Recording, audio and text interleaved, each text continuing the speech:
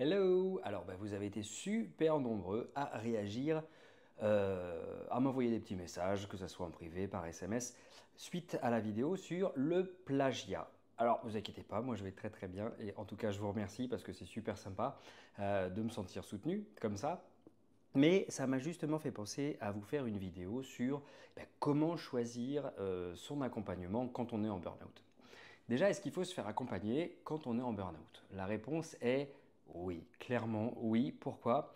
Mais parce que tout seul, c'est un petit peu compliqué de savoir par quoi commencer et puis quoi faire pour pouvoir s'en sortir.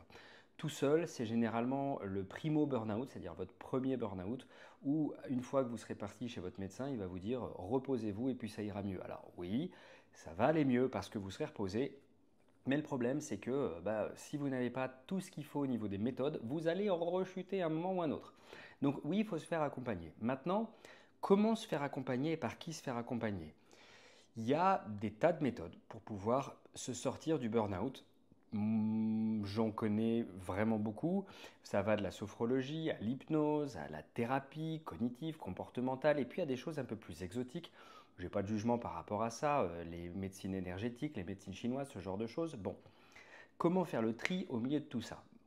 Ce que je pense, c'est qu'il y a des méthodes qui sont comme des aspirines, c'est-à-dire que ça va vous soulager, mais ça ne va pas guérir le problème.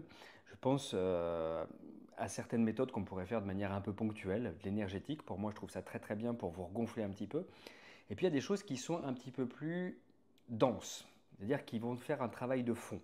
Alors, je vais évidemment pas prêcher pour la méthode Quick Change, mais c'est évidemment ce que j'ai cherché à faire avec cette méthode. C'est-à-dire qu'on ne va pas uniquement travailler sur la partie psy, on va aussi travailler sur la gestion du temps et plein d'autres choses. Donc, je pense que déjà, oui, se faire accompagner, c'est hyper utile dans quelque chose qui va travailler le fond. Ça, déjà, c'est pour les bases. Maintenant, comment choisir? Maintenant, je suis plus tout seul sur Internet. Coucou Kevin, je suis plus tout seul sur Internet. Donc, comment choisir votre accompagnateur ou votre méthode? Là, la question qui se pose, c'est comment vous allez avoir du discernement par rapport à cet accompagnateur. La première chose à regarder, c'est si cette personne a ou non déjà travaillé. C'est-à-dire si elle a déjà eu des personnes avec qui elle a eu un certain succès, des personnes qu'elle a accompagnées. Et là, les témoignages, les avis clients, ça compte énormément. Il y a plein de gens, je sais, quand ils viennent chez nous, ils ont peur.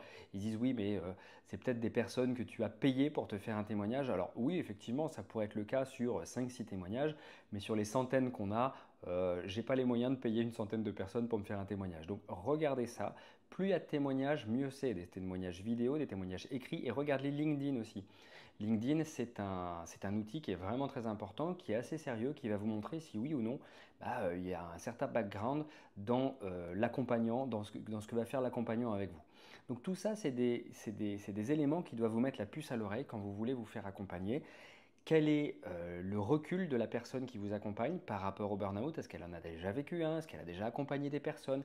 Qu'est-ce qu'elle utilise comme méthode? Tout ça, c'est des questions que vous devez vous poser.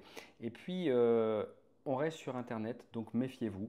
Est-ce que la personne que vous allez avoir est vraiment joignable? Est-ce que vous allez pouvoir la contacter ou est-ce que c'est juste une figure de proue et vous n'allez jamais pouvoir la contacter? Moi, mes coachés savent qu'ils peuvent avoir absolument, quand ils le veulent, un contact avec moi. Je suis présent pour eux. Leurs coachs sont présents pour eux. Ça, c'est aussi très, très important.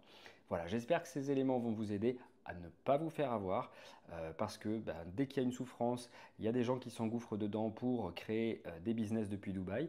Recoucou Kevin. Et donc, il faut faire un petit peu attention à ça.